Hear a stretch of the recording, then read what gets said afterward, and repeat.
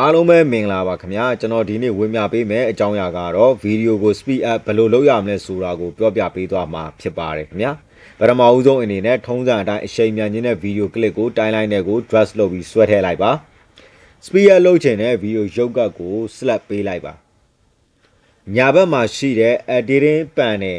တဲ့က speed ဆိုတဲ့နေရာကိုရွေးချယ်ပြီးနှိပ်လိုက်ပါခုဆိုရင်ကျွန်တော်မိတ်ဆွေကဗီဒီယိုကို select ပေးထားပေမဲ့ editing panel ထဲမှာ speed ဆိုတဲ့ button လေးပျောက်နေတာတွေ့ရပါလိမ့်မယ်အဲ့ဒီလိုပျောက်နေတဲ့အခါကျရင်ကျွန်တော်တို့ကဒီညာဘက်ထောက်မှာရှိတဲ့မြားလေးကိုတစ်ချက်နှိပ်ကြည့်လိုက်ပါ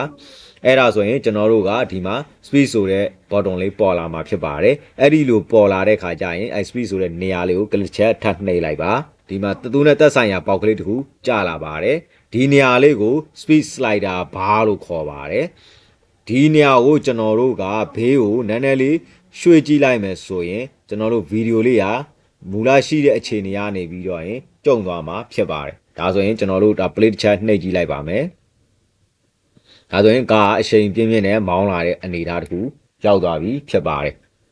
်ကဲအဲ့ဒါဆိုရင်ကျွန်တော်တို့မူလအခြေအနေကိုပြန်ကြည့်ကြရအောင်ပါဒါပရမအခြေအနေကားဒါသူ့အရှိန်လေးနဲ့သူဒါဖြည်းဖြည်းလေးမောင်းလာတဲ့အနေအထားတစ်ခုဖြစ်ပါတယ်ဒီကားအရှိန်ကိုကျွန်တော်တို့ကမြန်နေတာဖြစ်တဲ့အတွက်ကြောင့်မို့လို့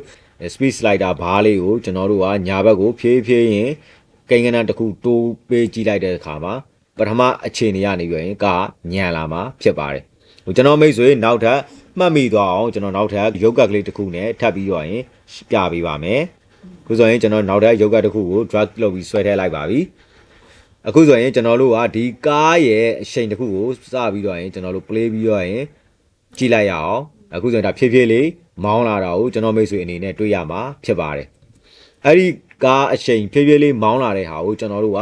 မြန်မြန်မောင်းစေချင်တာဖြစ်တဲ့အတွက်ကြောင့်မို့လို့ဒီ speed slider bar လေးကိုကျွန်တော်တို့ကတိုးလိုက်မှာဖြစ်ပါတယ်ညာဘက်ကိုဖြည်းဖြည်းလေးရွှေ့ပြီးတော့ရင်တိုးလိုက်မှာဖြစ်ပါတယ်အခုဆိုရင်ကျွန်တော်တို့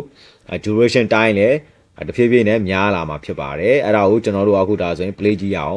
်ပထမဖြည်းဖြည်းလေးမောင်းနေတဲ့ကားနေပြီးတော့ရင်ဒါအရှိန်နဲ့မောင်းလာတဲ့ဗီဒီယိုရုပ်ကတ်တစ်ခုကိုပြောင်းလဲသွားတာတွေ့ရမှာဖြစ်ပါတယ်နောက်ထပ်အရှိန်အခုလိုရုပ်ကတ်တွေအရှိန်မြန်အောင်မြန်သွားအောင်ဘယ်လိုလုပ်ကြမလဲဆိုတော့နောက်ထပ်နည်းလမ်းတစ်ခုဖြစ်ပါတယ်ဟိုကျွန်တော်မိတ်ဆွေကိုဒီမှာ duration ဆိုတဲ့နေရာလေးတွေ့ရမှာဖြစ်ပါတယ်ဒီ duration ဆိုတဲ့နေရာကိုကျွန်တော်တို့ကကိန်းကနန်းတစ်ခုအတိအကျရိုက်ထည့်ပြီးကိုလိုအပ်တဲ့အရှိန်တစ်ခုကိုဒီနေရာမှာထည့်သွင်းလို့ရပါတယ်ကျွန်တော်ဒီမှာရုပ်ကတ်နောက်တစ်ခုထည့်လိုက်ပါမယ်နောက်ထပ်ဒီဗီဒီယိုလေးရဲ့မူလအရှိန်လေးကို play လုပ်ပြီးတော့ရင်ကြည့်ကြည့်ပါအခုဆိုရင်ဒီမှာဒီဗီဒီယိုရဲ့အမျိုးသမီးကလမ်းကိုဖြည်းဖြည်းလေးရှောက်နေတာကိုကျွန်တော်မိတ်ဆွေတွေ့ရမှာဖြစ်ပါတယ်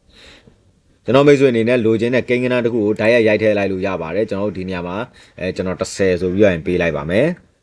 10ပေးလိုက်ပါမယ်အနာခေါက်လိုက်ပါမယ်ဒါဆိုရင်ကျွန်တော်တို့ကဒါလိုချင်တဲ့ကိန်းကနန်းတစ်ခုရလာပါပြီဒါဆိုရင် play ကြည့်ပါပထမဖြည်းဖြည်းလေးရှောက်တဲ့နေရာနေပြီးတော့ရင်ဒါမြန်ရှောက်တဲ့ပုံစံမျိုးဖြစ်သွားပါပြီဒီနောက်ထပ်ရုပ်ကတ်ကလေးတစ်ခုကျွန်တော်ထပ်ပြီးထည့်လိုက်ပါမယ်ဒီနေရာမှာကျွန်တော်ကနောက်ထပ်နီလန်တစ်ခုကိုထပ်ပြောပေးသွားမှာဖြစ်ပါတယ်အခုကျွန်တော်တို့ကဒီ speed နေရာလေးကိုကျွန်တော်တို့မှာ slider တစ်ခုနဲ့slider မှာကျွန်တော်နေပေါ့နော်ရာဂိုင်နှုန်းလေးတစ်ခုပေါ့နော်ဖြည်းဖြည်းလေးတိုးလိုက်ပါမယ်တိုးပြီးတော့ရင်အခုကျွန်တော်တို့ကဒီဗီဒီယိုကိုဒါ play လုပ်ပြီးရင်တစ်ချက်ကြည့်လိုက်ပါ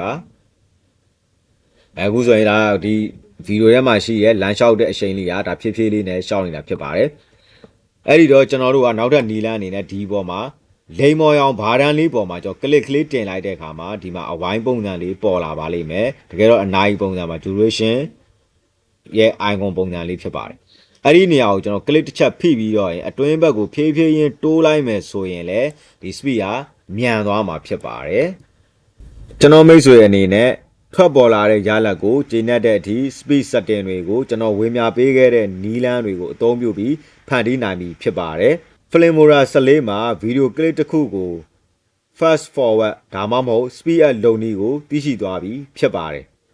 ကျွန်တော်ဝင်ပြပေးတဲ့ဗီဒီယိုသင်ခန်းစာတွေကကျွန်တော်မိတ်ဆွေအတွက်အကျိုးရှိတယ်ဆိုရင်